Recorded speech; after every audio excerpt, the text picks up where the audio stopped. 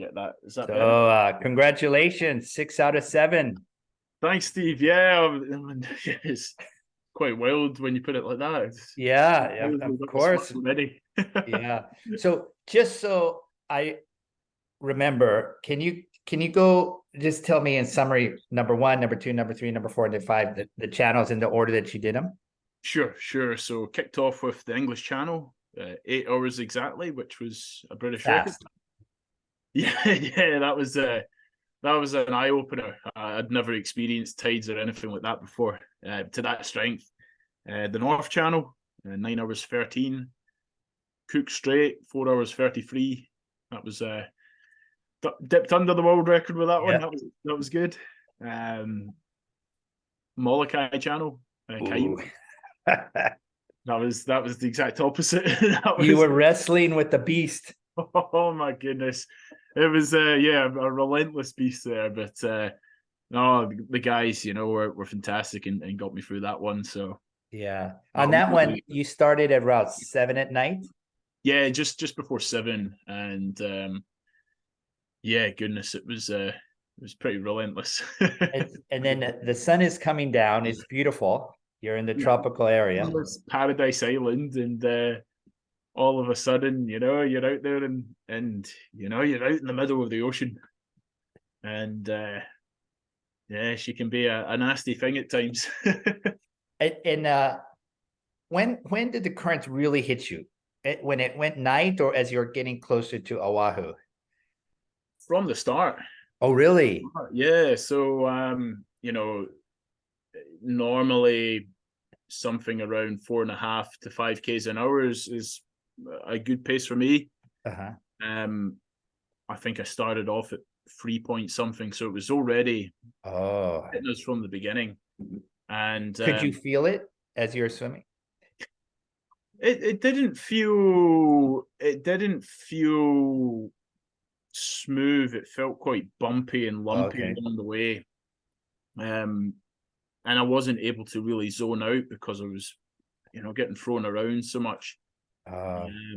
Which a left and right, up and down in the swell, and so yeah, the currents were pretty much there from the get-go, but we were still making reasonable headway. It was only really in the last 10 kilometers that everything changed, in this unforecasted storm swept through, and you might have seen videos. It just looks like I'm a tiny speck in these huge waves, and just getting thrown around like a rag doll in a washing machine. It was quite something. So how did you overcome that? Because the English, or the English channel is 8 hours. The North channel is 9 hours 13. There's a big difference between 8 and 9 hours and 15 hours. I know. And 9 hours had been the longest ever swim of my life. So, I was hoping I sort of had around 12 hours in mind from Molokai, maybe a bit faster. And I suppose, I've had a few good chats with different people, and it's hard to prepare for that sort of thing. You can prepare for the cold water, you can prepare for many other things, but the mental battle is something that you can't really prepare for unless you experience it. So when I was out there, it was tough, and there were plenty of times where we just kept getting bad news, and I thought, well, if it keeps going like this, why should I continue? In the last 2 hours, we've only covered 3 kilometers. Oh, wow. Really, really tough stuff. Yeah. So taking 4 minutes to do 100 meters, really stuff that is going to grind you down. And yeah, I really had to ask myself, why am I doing this? And what is the purpose? Why am I pushing myself through all this pain? Yeah. Well, let's step back a little bit. When you're swimming at night, you're facing currents, you're like in a washing machine back and forth, but then the sun comes up in the next morning. So did you get a little bit of lift there? A little bit of positivity? I mean, I think it always helps when you've been swimming through the night and the sun comes up. It does give you that psychological boost. Unfortunately, in Hawaii, when the sun came up, the storm came through. Oh, It okay. was Okay. actually better before. Got it. Okay. But And then were you looking up and you could see Oahu? Was that I usually try not to look up because it's the old adage, isn't it? You just a watched kettle never boils. It just never seems to get any closer. But in that swim, I did look forwards because we were trying to go into Allen Davis Beach, okay? which is one of the landing spots, and on the whiteboard, Jay had written, I think it was like 3 kilometers to go, and then another 20 minutes had passed, and it went up. Oh no. And I'm looking, and I can see the beach. But what I didn't realize was there was a lot of reef, and we couldn't land there, so we had to go to another beach further down the coast called Sandy Bay, or Sandy Beach, I think it's called, which is obviously further away. So I'm shouting to the guys on the boat, like, what are we doing? Why are we not going there? I can see the beach. I can see the finish. And they're shouting back, it's like, it's not safe. This is what, 14 hours into a swim, and it's the last thing you want to hear when you have to go further than you anticipated. Yeah. You're 15 hours in the salty tropical sea. Did that bother your tongue or your lips in any way? Yeah, absolutely. I mean, tongue felt disgusting. My throat was really irritated. Oh. I think so. I actually had to go to the hospital after the swim. Really? My uvula had swollen up. Oh, wow. So the big ball at the back of my neck, back of people's necks. I couldn't really breathe, and anytime I tried to swallow, the uvula would kind of get lodged in there. So it was quite dangerous. And lucky I finished when I did. Yeah, the doctor thought it was a jellyfish.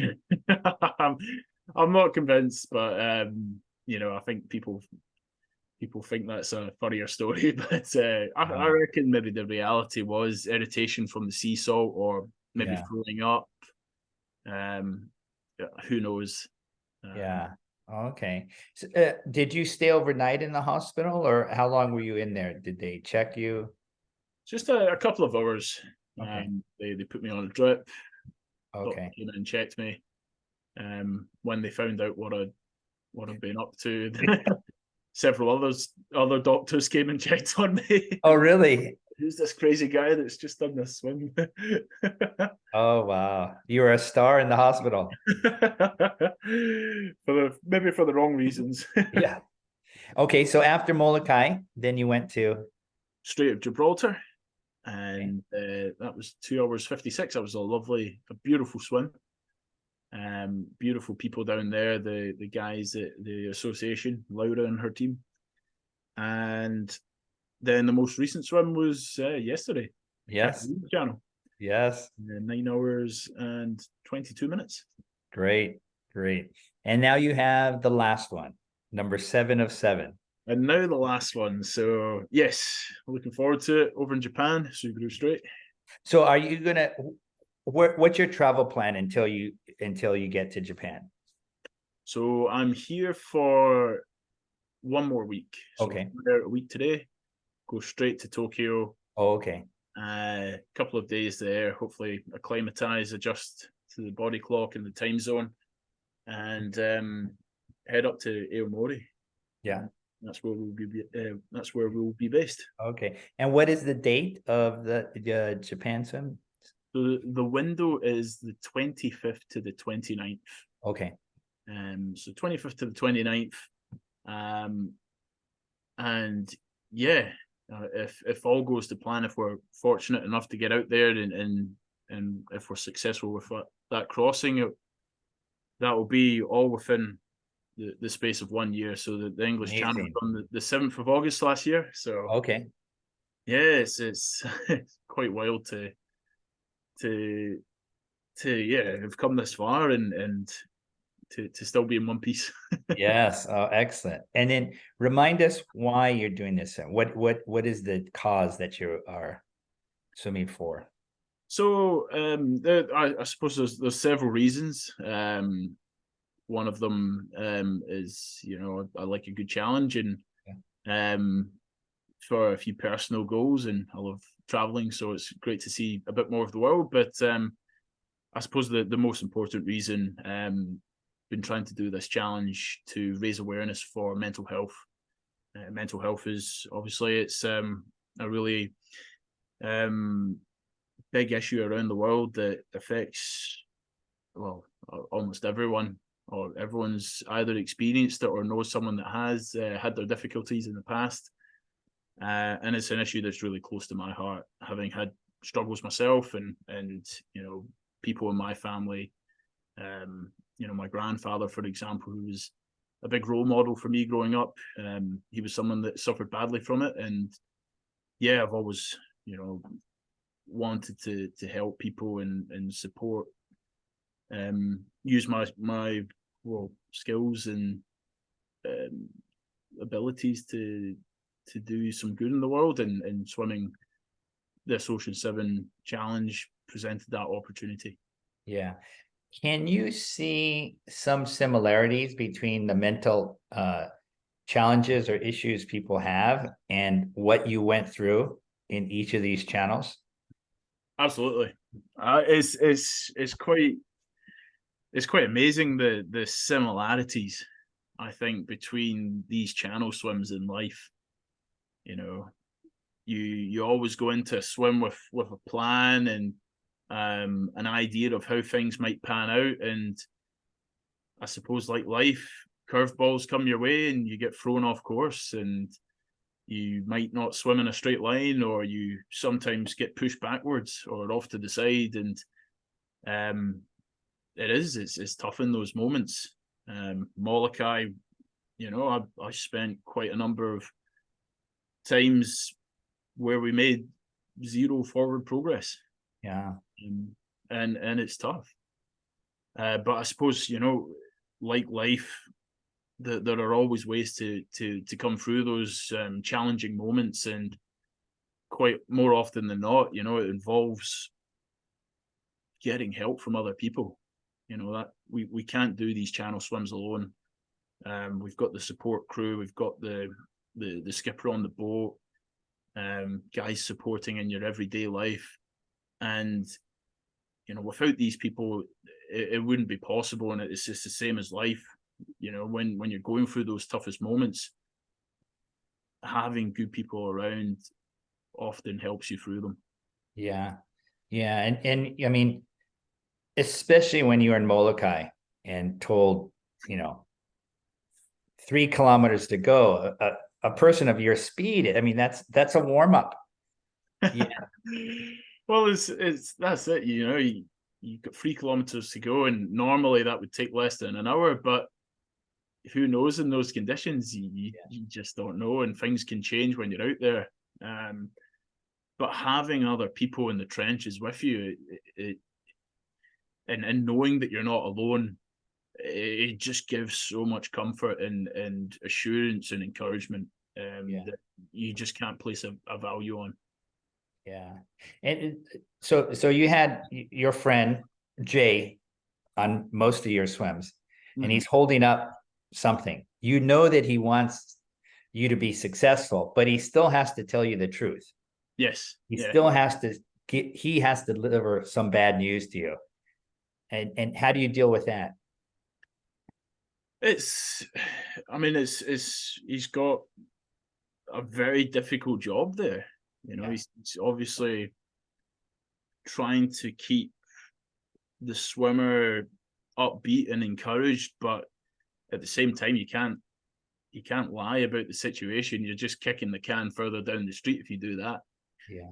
So it's, how do you communicate that? How do you deliver that news?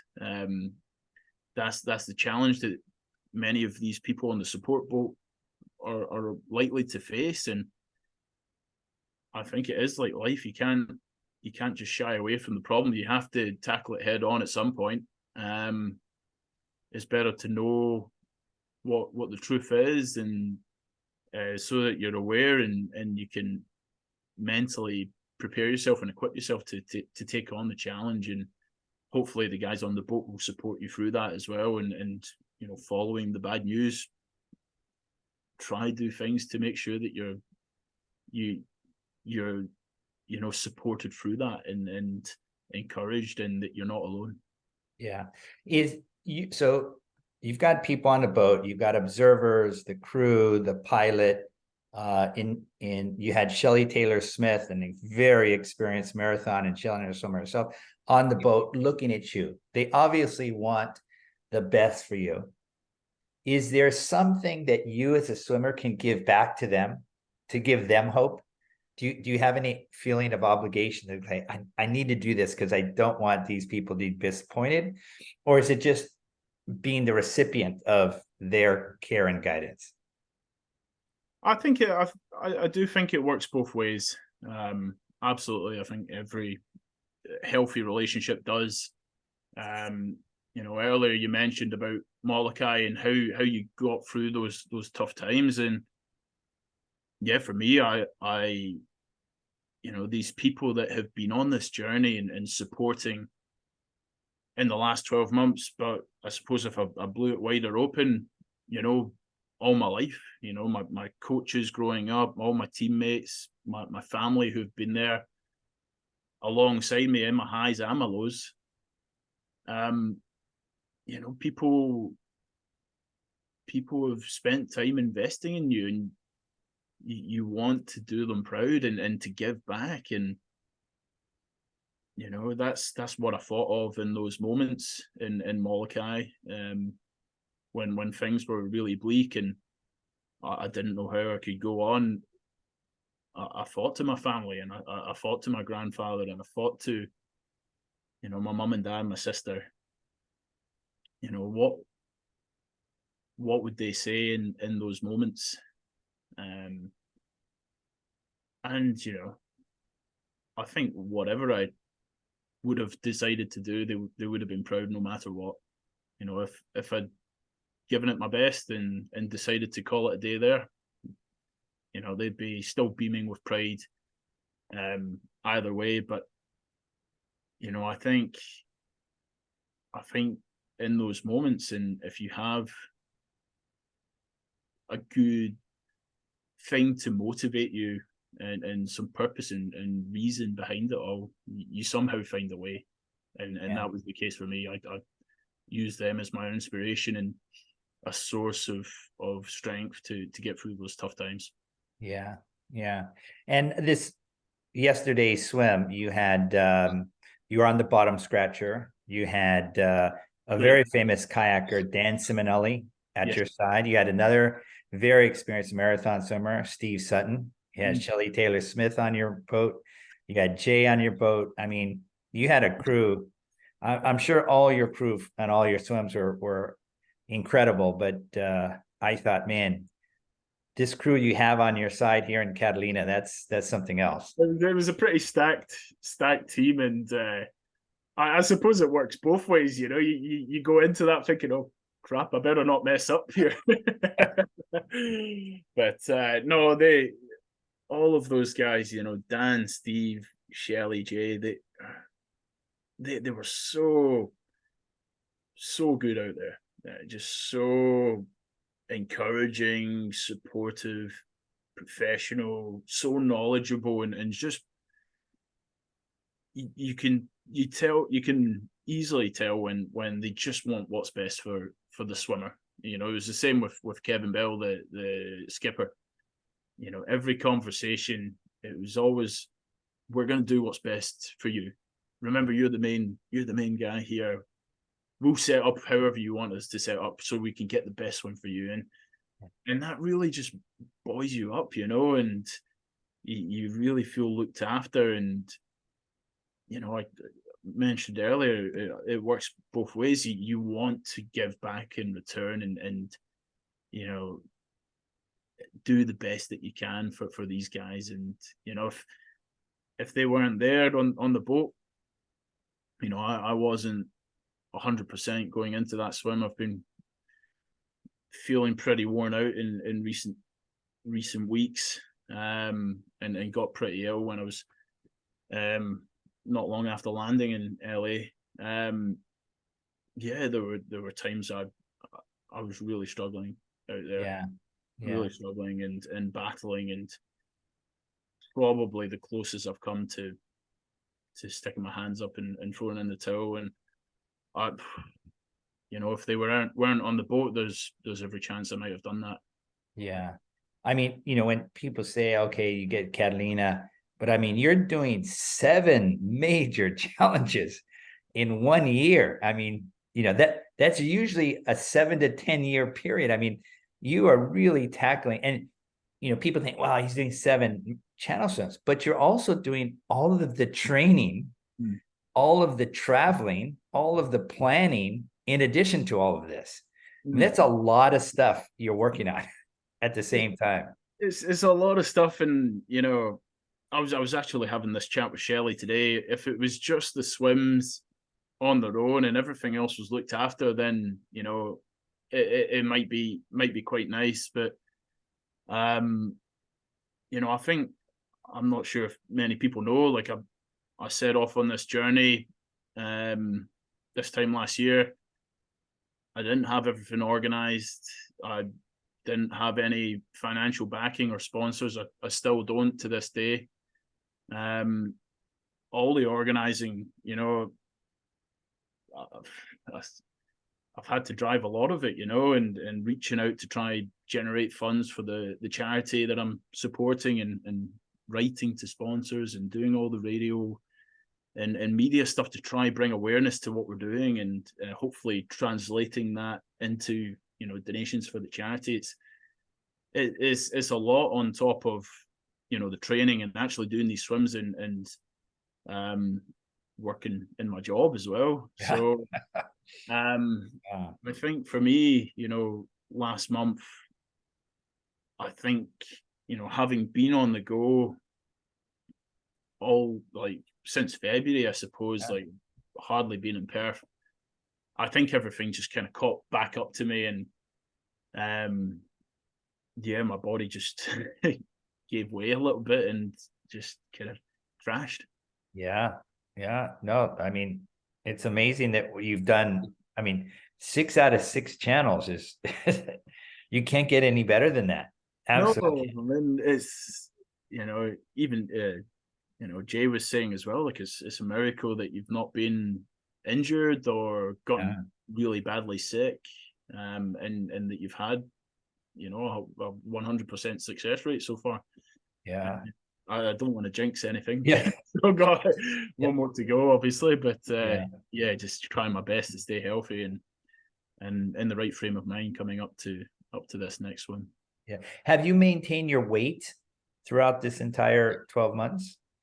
Yeah, more or less. Been sitting around the same weight, which is good. Shelley's on top of that. She always is monitoring. She likes to kind of inspect my. She doesn't grab. she'll mention if I've lost weight. Okay. I don't know how she picks it up. I don't even notice. And then so tonight you'll fall asleep in Southern California. You're here for another week, and then you go to Japan. And then you go to Northern Japan. What do you swim much between today and when you swim in Japan, or what's your plan there? Yeah, definitely. So it's more of I suppose, just maintaining fitness. So holding. A lot of it will probably be on field. My swimming coach is a coach based back in Perth, a guy called Owen Carroll. and my strength coach is a guy called Ryan Evernden. They send me through sets that I need to do, or they want me to do over the following days. I think it's just going to be a balance of doing that, but also listening to my body and making sure that I recover enough, because we've done a lot of work in the pool leading up to these swims, and it's fitness that is not going to disappear overnight. Yeah. And then you got a long travel over the Pacific once again. Yep, more adjustments to the body clock. I'm sure it will like that. On all your swims so far, have there been a favorite food or a favorite drink, something that Jay or Shelly or whomever hand you and you go, just perfect? I'm a bit biased, obviously, coming from Scotland, so the North Channel was returning home and getting some home delights and comforts there. When we were in Scotland, I was kind of force feeding Jay all these Scottish delicacies, and when I say delicacies, that it's all very unhealthy food. Scots don't really, they're not known for their salads or pastas or anything like that. It's always stuff that's deep fried, like deep fried Mars bars and fizzy drinks and certain types of stuff from the bakery, all these pies. But he really enjoyed it. I do. So what about in the water when you're swimming across the channel? Was there some special food or one common food food or drink that you had? Well, I'm a liquids only kind of guy. Okay. So, I do all my carb loading in the 5 days running up, top up the glycogen stores, and then on the day, I like to keep it liquid so that it's not too heavy on the gut. Got it. So there's sort of 5 drinks that I cycle through. Staminade, which is a kind of similar to a Powerade powder or a Gatorade powder. Gel and water, flat Coke, ginger cordial, and something called Milo, which is similar to hot chocolate. Yeah. Oh wow. And so you just every feeding you do one and then the next and the next and next. Yeah, that's it. There's a different order, and they all have different types. They're all made of different types of sugar, so that you're not pounding the gut with the same type of. Got it. The same type. I don't really have a favorite, but I have a least favorite one, which is the ginger cordial. I don't really like it. So you might, towards the end of a swim, I might skip it. And that's what happened in Catalina. Okay. Ended up skipping it and asked if the guys on the boat had anything non-sugary, because sugar levels were spiking quite high and I was feeling quite sick. And they managed to produce some chicken broth. Oh, really? Okay. Which was interesting, and actually went down a treat. I don't know the sort of nutritional value of it, or if it helped, but I think having something different to taste, helps from the taste fatigue, and is quite nice. It's quite nice to mix it up sometimes. Yeah.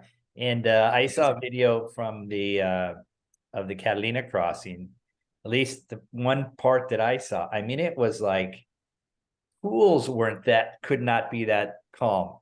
I mean, it was amazing. Oh, it was really surreal. I mean, it's such a beautiful stretch of water, quite surreal at the start. You've got the big hills on Catalina and the stars in the sky, not a cloud in sight, no wind. And then when the water was just like that, it felt like you were. It just felt like you were swimming in a dream. And when you have the bioluminescence under the water, it's quite a surreal thing. Yeah. So I just, sometimes in those moments, like in Catalina and like in Molokai, I think it's good to kind of take a moment to pause and and take it all in and realize what you're doing and what you're surrounded by, and to look up at the sky and just, it's pretty surreal. Yeah. I think that sense of appreciation and just thankfulness that you've got a team around you. Certainly in the case of Catalina, nature decided to just be very calm and tranquil on that evening. Now, of course, under the water, it was a little bit different. It's a different story, and I think that's another great analogy for life. You were mentioning earlier, on the surface it looked bliss and calm and perfect.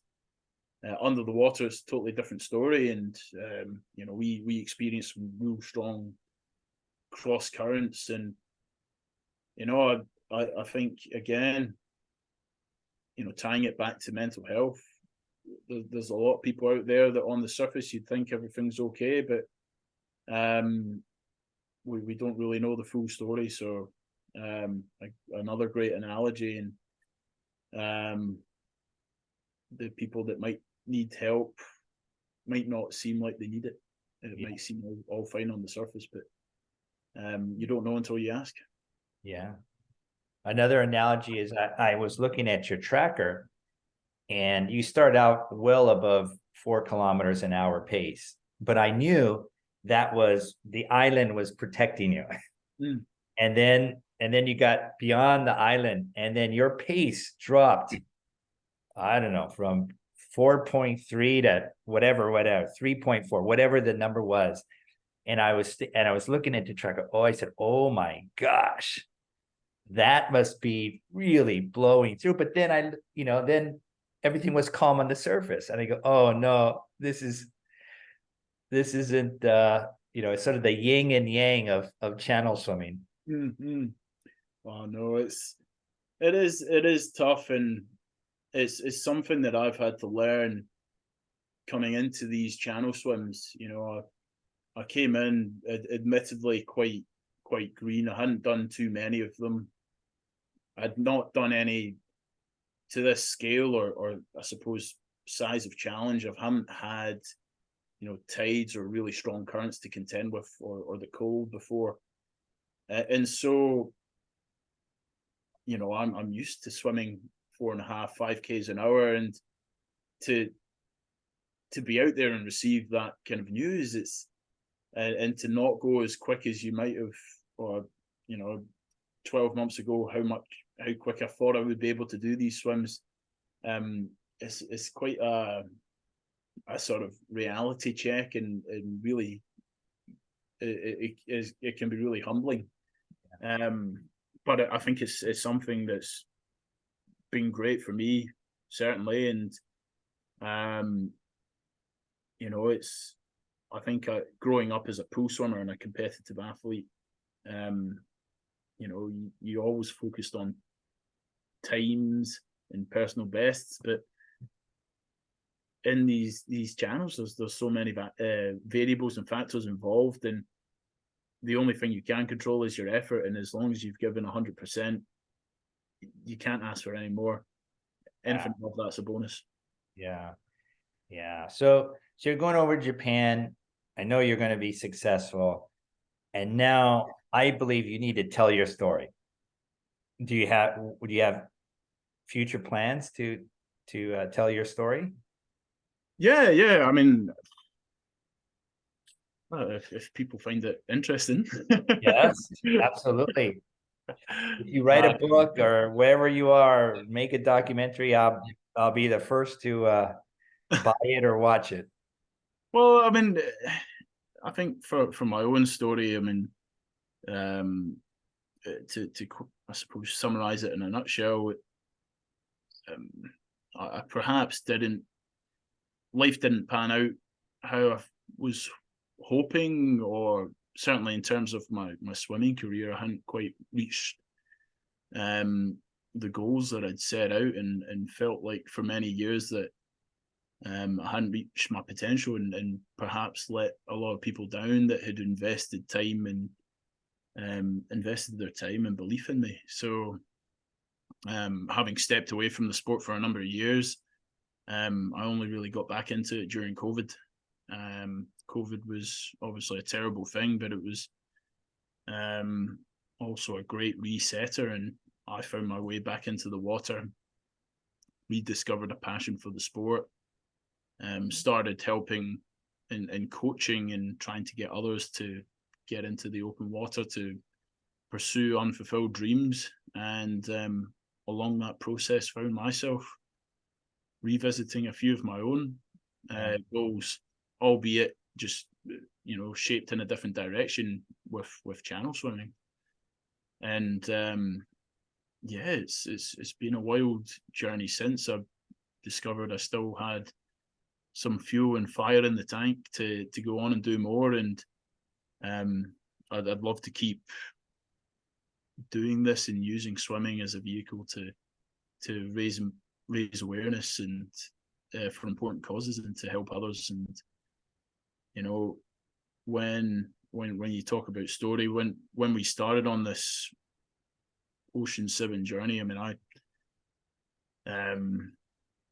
I'm usually someone that's quite quiet about my plans and goals, but we were trying to raise money and awareness for mental health, so I had to be quite loud with my plans and what I hope to do, which caused a lot of personal. I didn't really want to do that, but there was something bigger, something more important to the influence that decision. So we thought about trying to document it all and put together something that might be able to inspire others. But I think now that we're 6 out of 7, we're this far down the journey, I think the most incredible thing that has happened is all the incredible people we've met. All the amazing people around the world that and why they swim or why they're tied to the sport, or why they volunteer their time to skip around boat, to be on the boats, or why they open their houses up to host swimmers that they've never met. That's been the truly inspiring thing in this journey. And talking about sharing my own story, I'd rather, if we were to ever make a documentary or something like that, I think I'd rather share all of these people's stories and what that common bond is. And it is swimming, and I think a lot of people are involved in the sport because it's a great thing for their mental well-being, and it provides that access to community and feeling part of something bigger. Oh, now that would be a beautiful story, because first of all, the Ocean 7 was created because we wanted to make the community closer together. Think about it, 10 or 15 years ago, English Channel was over here, Mount Everest of channel swimming. Molokai was over here. There was no connection between the two. Catalina's over here, and the Japanese Tsukuru Channel is way over here. No connection between the two. You had the Strait of Gibraltar and Cook Strait, two opposite sides of the world, no connection. And now someone like you and others have traveled to all these places. You've made connections, and all those connections are upon more connections and more connections. There's multiple levels. There's the swimmer, the pilot, the crew, the kayakers, the observers, the feeders, the people on shore, the people who follow you on Facebook and Instagram, etc. And so there's all these multiple connections, people, young people, old people, swimming people, non-swimming people, boating people, paddling people. And it's so when you say, and this is the first time I've heard a concept like you just mentioned, instead about me, it's about all these connections that you have made. And that is a really profound goal. Yeah. I mean, you know, we were saying earlier, you can't do these things. It's like life. You can't do it alone. So why only focus on the one person? Like, I'd love to share this story, but not make it about me. It's about everyone that's been on this journey, and together we've made it possible. And what I'm finding is everyone's got their reasons for being tied to the sport or being involved in the sport, and everyone's got such incredible and powerful and moving stories. And I would love to I'd love to share them and get them out there in the world, because it might inspire other people who, you know, can relate to that or connect with that, and be enough to make them kind of want to be involved in the sport, whether it's swimming, whether it's, you know, anything, you know, be involved in community. And you know, I think their life will be enriched as a result. Yeah, absolutely. Absolutely. And I think right there, when you say enriched, it really it touches everybody at so many levels, so deeply. That's a beautiful way to put it. And I don't want to say sayonara because you're heading over to Japan, but I will say aloha. And since you were in Hawaii, I think you appreciate that word aloha. Yes, Very yeah, much definitely. now. Oh, the atmosphere there, and the people there, you know, Mike Twigsmith was fantastic, and the local swimmers there, Ryan Long, and your friend, oh God, having a brain fart. Oh. You put me in touch with him as well. Yeah, oh, come back to me. Just a fantastic bunch of guys, and so welcoming, and yeah, like I said, it's just been so refreshing to meet and connect with these people, and you know, just there's that common ground. We can just go for a swim. And Yeah. Are you talking about Stefan Renke? met Maybe? Stefan. Yep, met Stefan as well. Yeah. No, Bob, not Bob. Oh, it's okay. It was his birthday as well. Oh, oh no. Bill Golding, maybe? Who? Bill? Yeah, Bill. Bill, Yes, no, not Bob. yeah, Yeah, Bill was Bill awesome. Golding. Yes. He's a real waterman. Yeah, He really knows the water well. and Yeah. did you live there for a while? Yes, I lived there for many years. So that's where I met a lot of these same people. So Yeah. and you'll find that you're 30 now, Mm. you're gonna have lifelong friends. These people are gonna be your Mm. friends for the rest of your life. And Absolutely, yeah. I mean, we've been through these experiences together, and I think you develop a special bond when that happens, when you go through challenges and adversities like that. yeah, It brings you closer together. yeah. Well, thank you very much for sharing all these thoughts with us. It's really beautiful, really profoundly beautiful. No, thank you for having me on here, Steve. Yeah, it's been a Yeah. pleasure. Wait, wait.